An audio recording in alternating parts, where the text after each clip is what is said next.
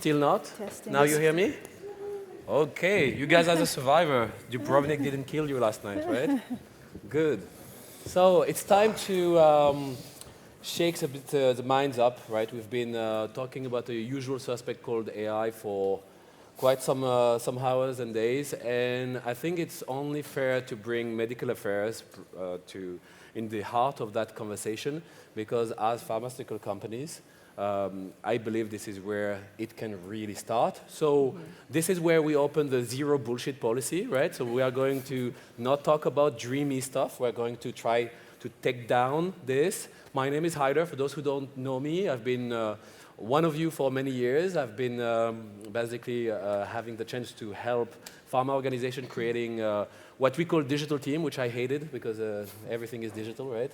And we basically helped organization for the last 15 years build transformation agents within organization. And I have the chance since 2022 to lead a venture capital firm where I invest in data-driven startups in digital health, fintech, and climate tech. So this topic is very close to my heart because obviously we have to make an impact on the clinical practice. We have to seduce the HCP heart first, and you guys in your organization are trying to do that every day, right? So the way we are going to do this, we are not going to talk long. We preferred, as a team, to talk about the topic, to just give an intro and give a perspective and give examples, but we really wish to get your questions here. So if you don't have a question, I will warm things up, but please use this time. We have 20 minutes, not long, so please shoot us questions. Like this, we can bump those answers to each other. So I will start with you on my right, Rob. So what is your journey in medical affairs and how did you cross machine learning, deep learning, large language model in your current job? Can you give us a bit of an intro? Yeah, thank you. Rodney Smith, I trained as a surgical oncologist, so I practiced for some time, and then I moved to medical affairs. And I'm working at Daiichi Sankyo, leading global medical affairs franchise in oncology. So I think we do have to look at what can we do with AI with different perspectives, right? And one of the things that makes me very excited about it is that I think it's a fantastic tool that will help us do our job better. So I think for us in medical affairs, it can mean that we are better at what we do. So this is why we will share some examples. We will share how we are looking at it and experimenting with it. But I think in the end, it's how can we be better in our jobs in medical affairs, which is educating, sharing, and developing medicines, and so on and so forth. Is it the same for you, Zeinab? Can you? Yes, maybe I'll do a quick intro. Hi, everyone. Zeinab Sulaiman. I've been with Kite and Gilead for 8 years. In my most recent role at Kite, I was leading their global medical transformation team for the past couple of years. And as part of that role, we had to develop an AI and digital transformation roadmap. Those were kind of all the things that were asked of us and we were delivering.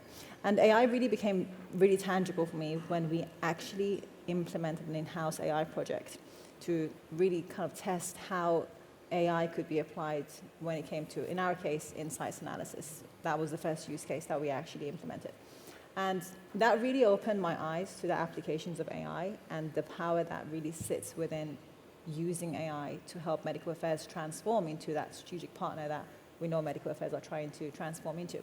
And in fact, it was so eye-opening for me, the true potential of AI, that I decided to leave Kite and join Sorcero, who are an AI company that purely focus on AI solutions for medical affairs.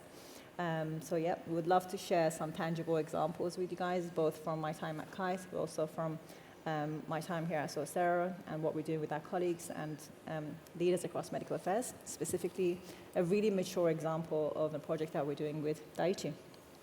Looking Pascal. forward to that. Pascal, please. Thank you. Go ahead. Yeah. Good afternoon. Pascal from Gucht, working from UCB. Working 20 years already in the industry, but only 6 years in medical affairs, so I can say I'm looking to it with a couple of fresh eyes. I have a little bit of feedback from our non-medics, mainly data engineers, data scientists, and they are saying medical affairs can be cool. We can do cool things with data of medical affairs and AI. And I will give a couple of examples. So we can help patients, healthcare providers by, I would say, doing analytics on external data. For example, claims data are more and more becoming available, so we can deep dive in it to really understand patient journeys, identify medical unmet needs, confirm patient journeys, but also with all the data that we have internally based on our medical interactions, MedInfo, customer engagement, congress speaking, studies, we also can increase the understanding and the preferences of HAPs. So I would say, if you have in your organization some nice data profiles, put them also in contact with the medical affairs organization, they can do cool stuff. What I like about what you're saying is right now the maturity is we are not talking about AI or Gen AI we talk about data, right? So we are talking about potentially chewing a lot of data that is structured and unstructured. But right now I feel, talking to some of you in the room, if we have to start and not to have like that type of 10x I have a car driving alone type of mind-blowing impact, right? If I want to start in 3 weeks' time, what can I do? In 3 months' time, what can I achieve? In 3 years' time, how can I differentiate my medical practice or my clinical practice impact or value proposition? Can you give us concrete example on should we build, should we buy, should we borrow? Can you give us something? Zeinab? Yeah, I would love to. Pascal, maybe. Yeah, Please, can I start a little bit yes. based on our experience? It starts all with how mature and adopted your CRM is. We all know CRM has been set up for commercial teams. Is it fit for purpose for your medical teams? Can they use it? Does it need to be changed? That's your first go-in moment. See that your CRM is built fit for purpose and aligned with the expectations of your field force. With the data that is coming in, because if they see the benefit of it, you will have more and more data. And then you can start to use those unstructured data to really unlock insights. And I think, Zeinab, you can highlight a little bit more what is the trend in the industry around insight detection. Absolutely, thanks, Pascal. And I completely agree, Pascal. I think thinking about the data that goes in, we had multiple times today, garbage in, garbage out is definitely a thing. So if we haven't got good data in our CRM or generally across medical affairs, there's not much we can do. But medical affairs actually have so much more data than they realize. Like there is a huge wealth of data that's just untapped potential for medical affairs. I guess going back to your question, Haider, what I would do in the first 3 weeks is, we get tempted to just start solutioning, right? When we get that mandate that, the AI, let's bring AI, it's really tempting to just quickly start solutioning. But what I would do and what I would recommend is actually building a roadmap, a digital roadmap or an AI roadmap that's focused on what are the challenges, what are the areas that medical affairs currently requires efficiency or effectiveness, whether it's internal processes or external facing processes. But what are those areas? We've had mentions of MLR being quite manually intensive. Insights analysis, for as long as I remember at Kainjoo Gilead, we were going through long Excel sheets and reading insights line by line, trying to figure out what stands out and what's important. There are lots of these examples. MedInfo is another example where SRDs are still being done manually. All of that could be automated. But instead of thinking about, what are the vendors or what are the solutions that exist out there, let's think about what are the problem statements and what are the solutions that I need today that makes my medical affairs more efficient and more effective. And the second thing I would recommend, very quickly before handing over to Rodney, is pilots shouldn't be as scary or as expensive as we think. It's okay to try something very quickly and fail fast. We heard that multiple times over the past couple of days. And you don't need multi-million-dollar budgets to do a small pilot and learn a lot and move on. Yeah. So a couple of Rob, things. do you concur?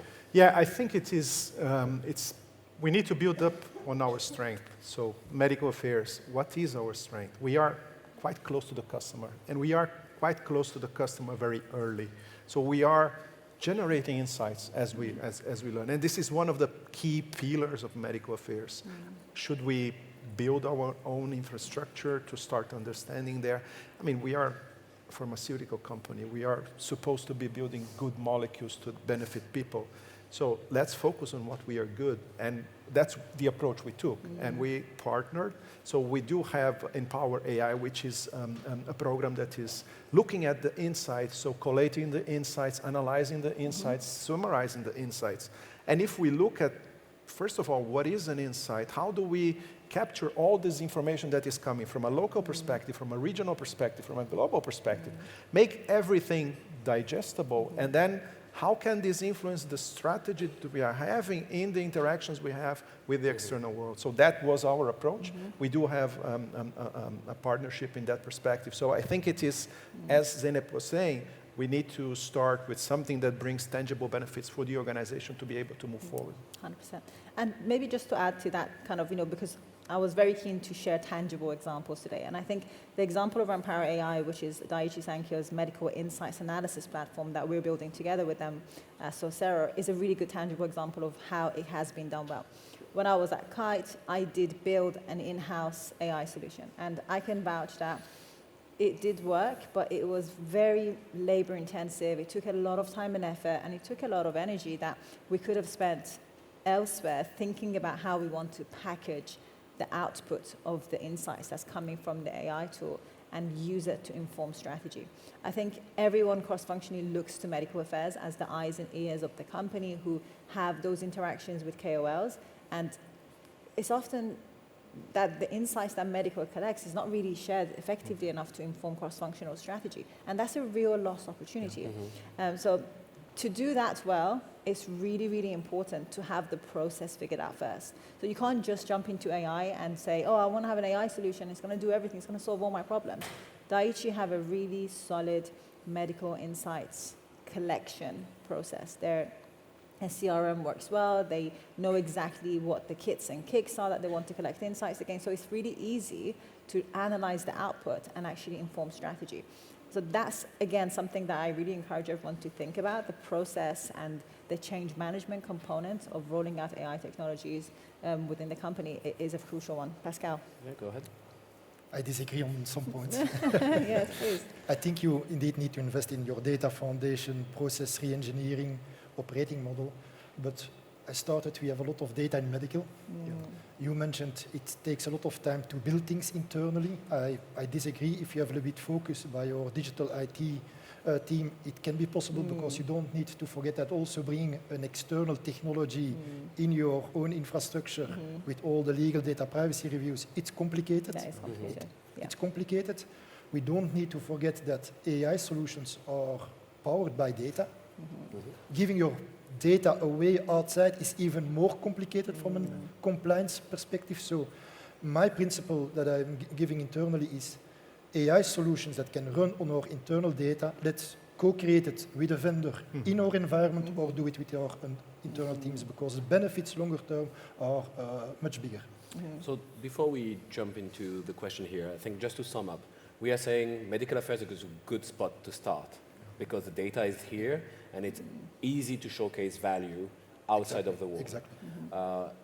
We are saying that we don't need to build all the time and becoming a data company that has MLOps engineer and data scientists, an army of those. They are expensive, I can tell you that. So it's very difficult to become a tech company without the right culture and mindset. So you're saying we can partner and bring that leapfrog effect and build a walled garden that is yours, right? And they feel safe from a compliance perspective. And what you're saying is it's basically a journey. So the sooner you start, the earlier you will learn what to do, not do, continue, start, and that kind of thing. Based on what we just learned, or based on the example, what I feel is also the beginning could be not the sexy example of AI outcome. It could be tagging on promomats, just automating what a doctor in a pharma company shouldn't do because it's just boring to tag on promomats. Sorry if Viva people are here, but it's a little bit cumbersome to do the manual data annotation. And this is where we need help from AI. And do this resonate with some of you in the room? Do you have questions into how to make it concrete? I use for my startup this 3 weeks, 3 months, 3 years example because 3 weeks is kind of tomorrow and I can know exactly if their roadmap is tangible enough to deploy. And for you, I think 3 weeks is also a good way to test if something can be achieved internally. Does this resonate with you? Do we have questions? We have one in the front. I don't see it well, but I see the face. It's Paul. It's Paul, yeah. Yeah, I just thought Zeinab's point about starting with the challenges was excellent because there's so much that AI can do. And I feel like we've danced around the subject a little bit, but I'd love to hear the panel clearly articulate, almost if you put AI to one side, what are the 2 or 3 biggest pain points for medical affairs right now where it might help? That's a really good question, Paul. And maybe I'll start and I'll ask my colleagues to join in. But you know, when I was in my previous employers, I observed the challenges that we had in one company. Now that I'm with Sorcero, I'm working across a number of medical affairs teams, and I'm kind of doing a little market research across what are the challenges across all these different medical affairs teams. And what I'm observing kind of almost consistently across the board is it's really, really difficult for medical affairs leaders to actually make a decision about what they want to do with technology and with AI. Like, they like the sound of it. Conceptually, when you speak to medical leaders, they like the sound of it. They agree we should do something with AI to make medical affairs more efficient. But they still are quite risk averse where it comes to actually taking the leap and starting a pilot or just starting a small project and just seeing what happens. So they want, like as medics do, they want evidence and they want proof that it's 100% going to work, and they want a lot of reassurance that this is going to be the perfect solution. And I'll be honest, we still don't know what the perfect solution looks like, but we need to just experiment and learn and evolve as AI evolves. So that kind of, I guess, lack of leadership commitment is one thing. And yeah, the second thing that I'm observing quite a lot, which I mentioned at the beginning, is we don't always get the sense that the solutions or the business need has been defined very, very well. It's kind of more a case of, oh, I want a solution, I want an AI solution that looks like this, but the need for the need for business problem that's going to be resolved hasn't really been defined very well. And that makes it really difficult to then link the AI solution or the technology back to the business need because it hasn't really been defined very well up front. So those are the two.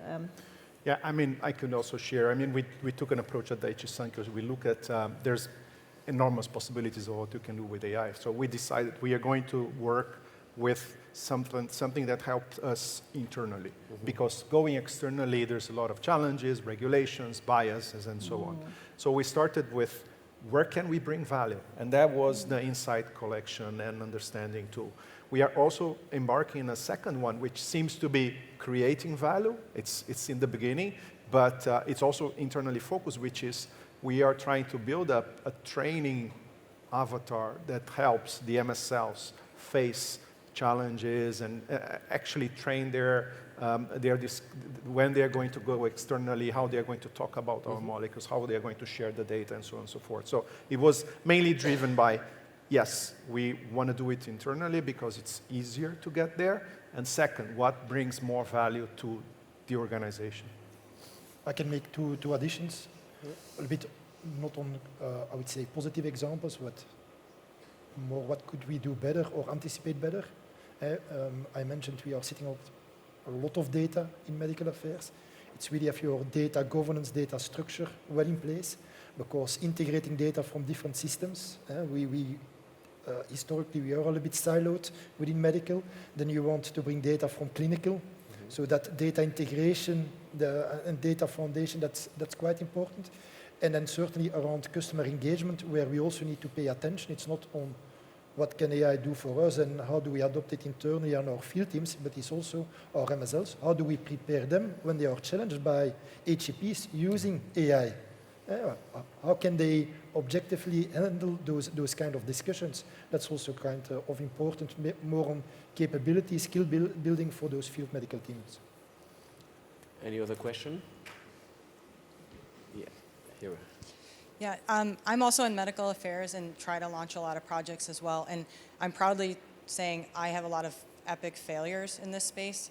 And I think the point about the why not being captured is like one of the top reasons they fail. But the other is about the data ecosystem. And I think you just touched on it a little bit. It's we try to do too much or we don't know how bad our ecosystem is. So how have you guys tackled that? Because I think that's something that's a big point that people need to learn to get over, because it to me is the second biggest reason your project fails. Exactly. So I will continue. So the reason why I'm saying why did we need to anticipate it a little bit better? We started with MSL nodes to unlock insights out of those unstructured data. Then we started more and more to bring other data points, advisory boards, congress notes, whatever, together, external publications. And then we suddenly detected that how you name a kind of indication or label subsets of those indications, if that is not consistent, then it's not efficient to get the value out of it. So fully agree. And you know, this is not a promotional panel, so I don't want to kind of talk too much about the Sorcero offerings, but exactly to Haider's point, one of the basic, probably not so sexy components that AI can offer today is centralizing data, tagging it, and making everything available and searchable in one place today. So if nothing else, if you just get that kind of instead of your data lake using AI, and you know, there are AI solutions like Sorcero that offer that to you at a very low cost, that solves find me later for pricing. That solves half of your problems around kind of just having your data in one place. And then there's so much you can do with it, right? Field insights analysis, unstructured, structured is one of those kind of use cases. But there's also so much more you can do. Like we've seen people across medical affairs teams, different teams kind of apply it differently, using that kind of AI-generated data lake that's already tagged and it's already in one place for impact measurement. Because once your data is in one place and once you can kind of analyze it and apply different logics to it, you can measure your impact much easier. You can use it to inform your customer engagement strategy. You can use it to inform your integrated evidence generation plan. So there's so many different applications that you can actually really get by just having your data in one place. And like Pascal said, I think AI has made this much more possible for us today. Let me give you an example, a Yeah, concrete please. one. You all have Promomats, OneDrive, whatever. And would it be not fantastic to say, give me the top campaigns that were the most adopted by countries in the last 10 years and tell me why? And so you come from a search perspective to an answer perspective. And if you have a newbie coming to the company and you just want to know what is resonating well, that will be an easy win, right? Yeah, So we don't have any time for questions, but just to answer the title of that panel, thank you so much for giving us some highlights from your careers and your projects. I think, you know, when people are asking, is this a new hype? Is it like blockchain, metaverse? No one talks about metaverse on the agendas right now, right? So it's gone. But why we believe there is something else with machine learning, deep learning, you know, LLMs and so on, because it has an impact on cost efficiency. Obviously, project charters love that. It has an impact on actually focusing the energy on more creativity, more human relationships, and it impacts your decision-making process. Exactly. So you have now capability to chew more data, have better insight, to take better decisions. Exactly. And I think that's where you see this is coming up so high in the agenda of many companies. On that note, guys, I think Thank you. this was us. Thank you so much.